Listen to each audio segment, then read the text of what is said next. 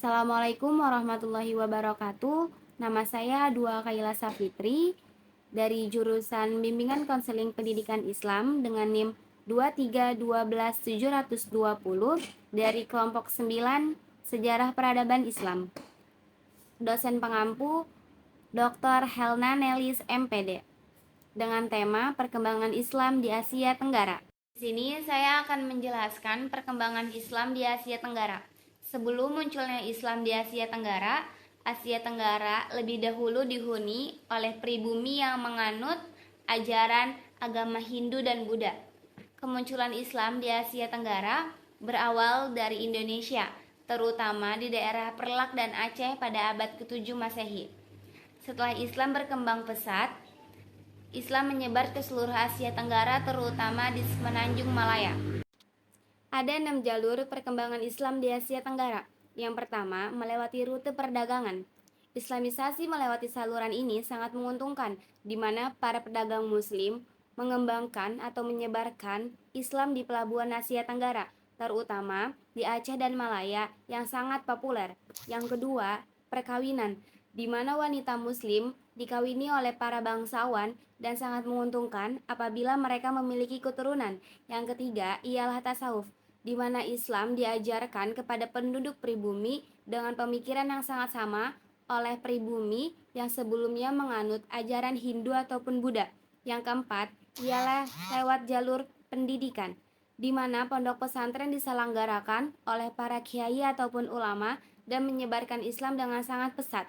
Yang kelima ialah seni, di mana seni pertunjukan wayang sangat populer pada saat itu, dengan tokoh Sunan Kalijaga yang pada saat itu tidak pernah meminta upah sepeser pun dalam pertunjukannya, terkecuali Sunan Kalijaga meminta para penonton untuk mengikutinya dalam mengucapkan kalimat syahadat.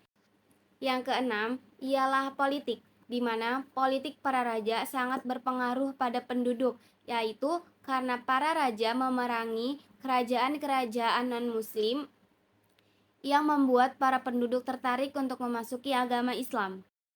Ada beberapa teori Islam di Indonesia. Ada teori Gujarat, teori yang dibawa para saudagar dari India, Gujarat, atau dikenal sebagai pelaut Muslim yang berlayar melewati Malaka menuju Nusantara. Yang kedua, teori Persia.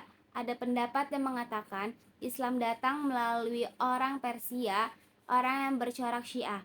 Yang ketiga, teori Makkah, bahwa hasil seminar Islam masuk ke Indonesia di Medan pada tahun 1963 yang mengatakan pertama kalinya Islam masuk pada abad ke-7 Masehi.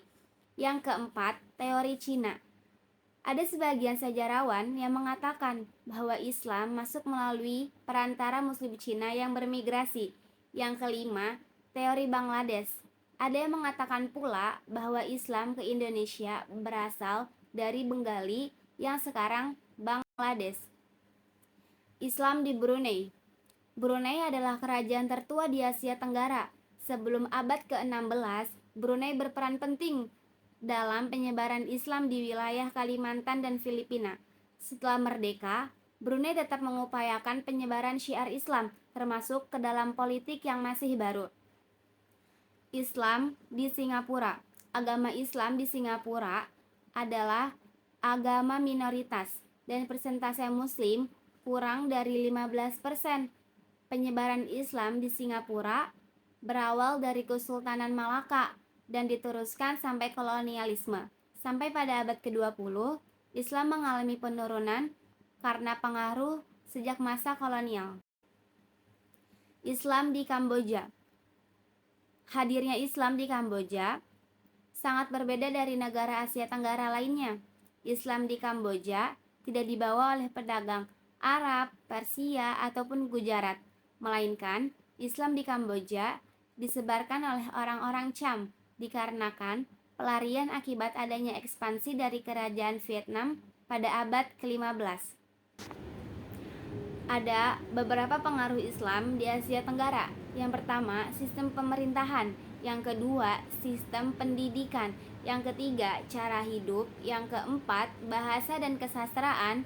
Yang kelima, kesenian. Yang keenam, ialah ekonomi. Mungkin cukup sekian persentase dari saya. Kurang lebihnya mohon maaf. Wassalamualaikum warahmatullahi wabarakatuh.